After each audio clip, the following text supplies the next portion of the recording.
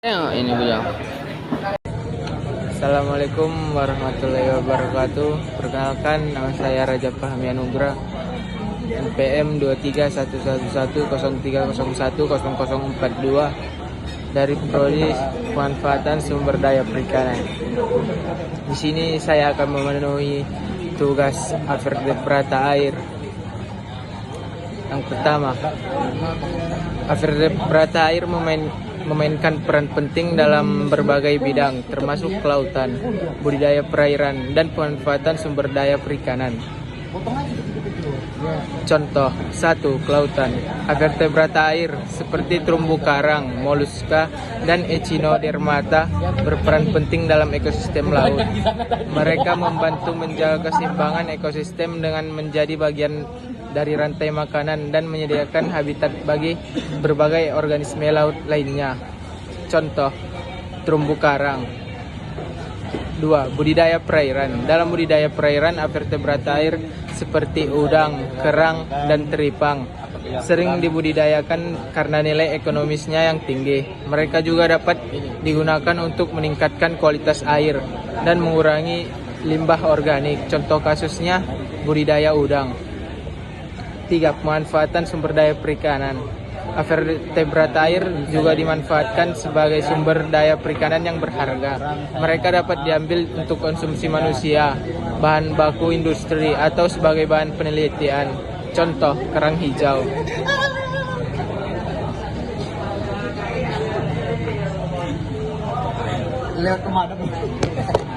Dua, faktor apa yang mendasari pembagian subfilum atau kelas pada filum Protozoa, Rotifera, dan Coelenterata? Contohnya, pembagian subfilum atau kelas pada filum Protozoa, Rotifera, dan Coelenterata berdasarkan pada beberapa faktor utama, termasuk struktur tubuh, alat gerak, cara reproduksi, dan habitat. Berikut adalah contoh penjelasan. Protozoa dibagi berdasarkan alat geraknya. Rhizopoda atau amuba menggunakan pseudopodia atau kaki semu untuk bergerak dan menangkap makanan. Contoh, amuba proteus. 2. Ciliophora ciliata menggunakan cilia atau rambut getar untuk bergerak dan menangkap makanan. Contoh, Paramecium sp. 3. Mestigophora atau flagellata menggunakan flagella atau bulu cambuk untuk bergerak. Contoh, Trypanosoma sp. penyebab penyakit tidur. 4. Sporozoa atau Apicomplexa tidak memiliki alat gerak khusus dan seringkali parasit. Contoh, Plasmodium sp. penyebab malaria. Rotifera dibagikan berdasarkan struktur tubuh dan alat geraknya. 1. Monogonta memiliki satu ovarium dan alat gerak berupa cilia di sekitar mulut yang berbentuk struktur seperti roda. Contoh, Brachionus sp. 2. Bdeoloidea tidak memiliki ovarium dan dapat berproduksi secara parthenogenesis. Contoh, Philodina sp. 3. Seisonidea hidup sebagai parasit atau komensal pada krustacea laut. Contoh, Seisun sp. Coelenterata atau Cnidaria. Coelenterata dibagi berdasarkan bentuk tubuh dan siklus hidup. 1.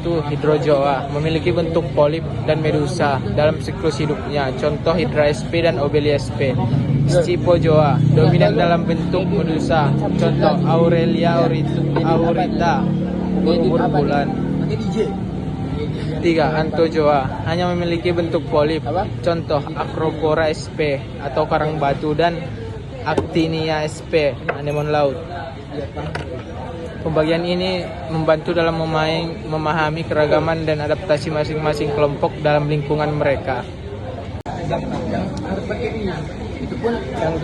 Soal ketiga, filum Rotifera. Filum Rotifera memiliki beberapa mekanisme adaptasi yang memungkinkan mereka bertahan hidup dalam berbagai kondisi lingkungan. Berikut adalah beberapa mekanisme utama. Pertama, pembentukan kista. Kedua, reproduksi pertogenesis. Yang ketiga, adaptasi morfologi. 4. Kemampuan hidup di lingkungan ekstrim. Contoh kasus Bdelloidea. Spesies dari kelas Bdelloidea dapat membentuk kista dan bertahan dalam kondisi kering selama bertahun-tahun. Yang kedua, Brachyolus plicatilis. Spesies ini sering ditemukan di lingkungan air asin dan memiliki kemampuan untuk beradaptasi dengan perubahan salinitas yang cepat. Adaptasi ini memungkinkan rotivera untuk bertahan dan berkembang biak dalam berbagai kondisi lingkungan, menjadikan mereka organisme yang sangat fleksibel dan tahan banting.